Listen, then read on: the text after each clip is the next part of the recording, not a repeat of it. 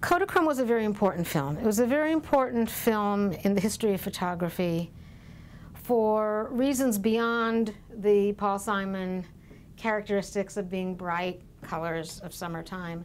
Kodachrome was the very first color film that was ever manufactured, ever designed. And it was a terrific breakthrough in terms of modern color photography coming into its own as a medium, because it could capture all the colors of the spectrum of white light on one frame. So it's an important film, and then when it was announced in June of 2009 that it was going to be discontinued, the world thought it was interesting and major because they'd always heard about this bright film, that it was a cult, but not everybody realized that it was really the end of a major and significant era in the development of color photography.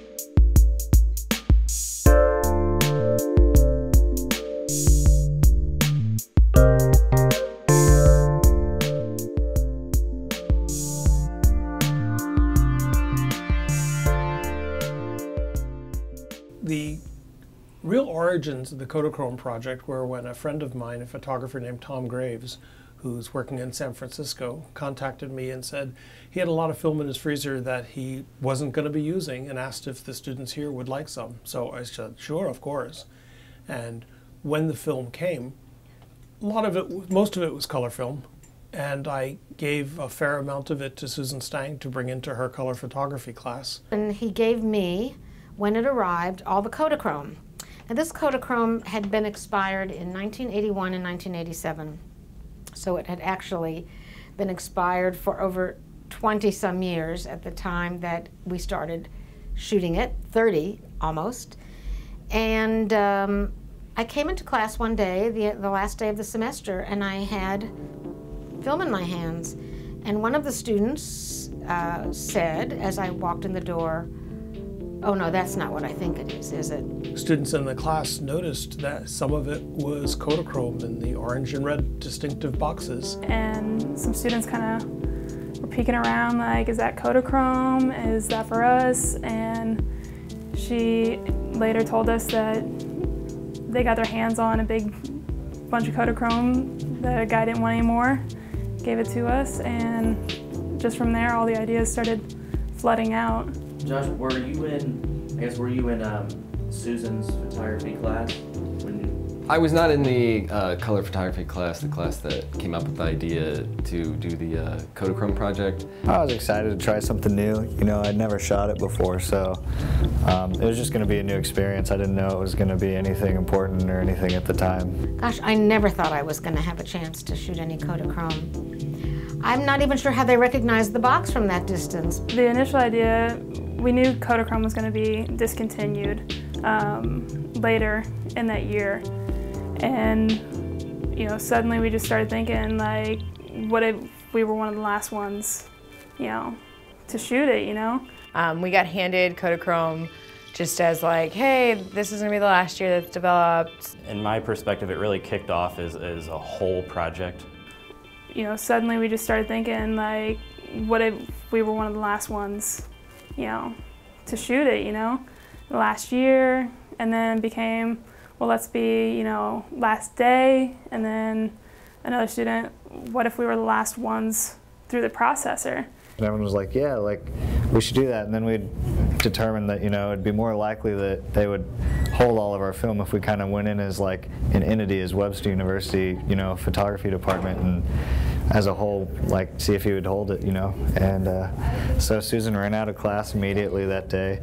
It was the last day of the semester. They were leaving for the summer, and I asked them if they minded if I left them alone in the classroom for about half an hour to see if I could make some calls and find out if that could happen. I was lucky enough to reach Grant Steinley, the son of Dwayne Steinley, who had founded Dwayne's photo. And Grant said, well, I haven't figured out the last day yet. I haven't figured out the last batches, but how about if right at this point we say it's the last day? I said, great.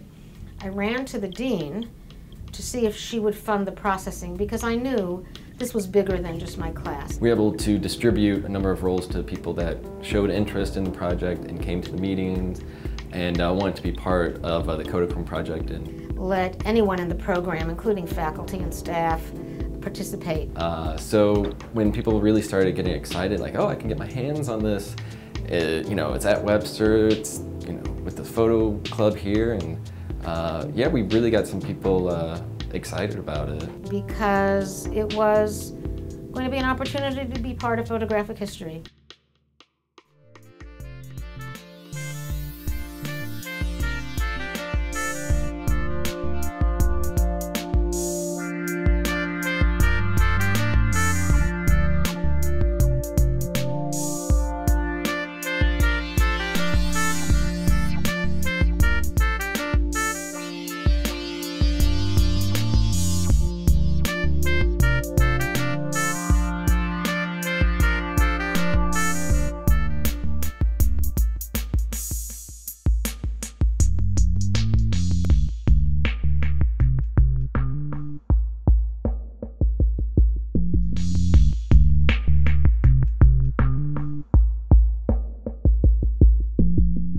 We had Webster rented a like a large bus that you kind of like those, like, it's like a large church bus almost. It kind of looked like, I don't know what you call them exactly.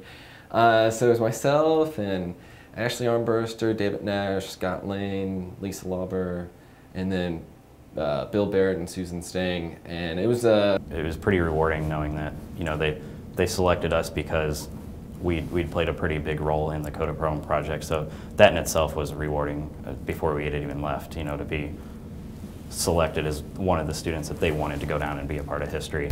The long drive to Kansas was scenic, to say the least, and when we got there, the town, just a really small town, and Dwayne's is basically kind of just a small warehouse and on the outside of this town. And we got there pretty early in the morning. I want to say it was like 8:30 or 9, which not a lot of people were there. So we got to talk to Dwayne and all the people that worked there before anyone else really arrived. People were working at their usual jobs. Everybody was having a good time. Paul Simon's Kodachrome was playing in a loop. It was the only thing on the speakers all day long. But it was fun. It was fun. We didn't get tired of it. To say it was a hectic day, there were probably a dozen, maybe 20 people in the lobby and the parking lot. Now, the lobby of this place is no bigger than my office. It was a media frenzy and just a little crazy there. It was just packed of just people with video cameras and turning it in film, and it was a sight to see for sure. You see the UPS trucks pulling in, dropping off loads and loads of film. Everybody trying to get their last batches processed before the deadline. You know, being at the actual lab was a bunch of fun. Dwayne was very nice, gave us a tour of his lab, showed us how everything worked. And then with the last roll, Dwayne had the privilege of running the last roll through, and it was going to be his, and he asked us to be on it. And yeah, we were all really excited, and Dwayne, Dwayne's photo, took a picture of all of us on his camera, which was the very last roll of film, and I was like, I'm on history right there. I'm on some photographic history right there, which I think still, when I think about it, a little surreal feeling, just being able to know that You're on the very last roll. Yeah. But even without that, the idea was to be part of history, to know that you had this box of slides that had been processed in the last batches.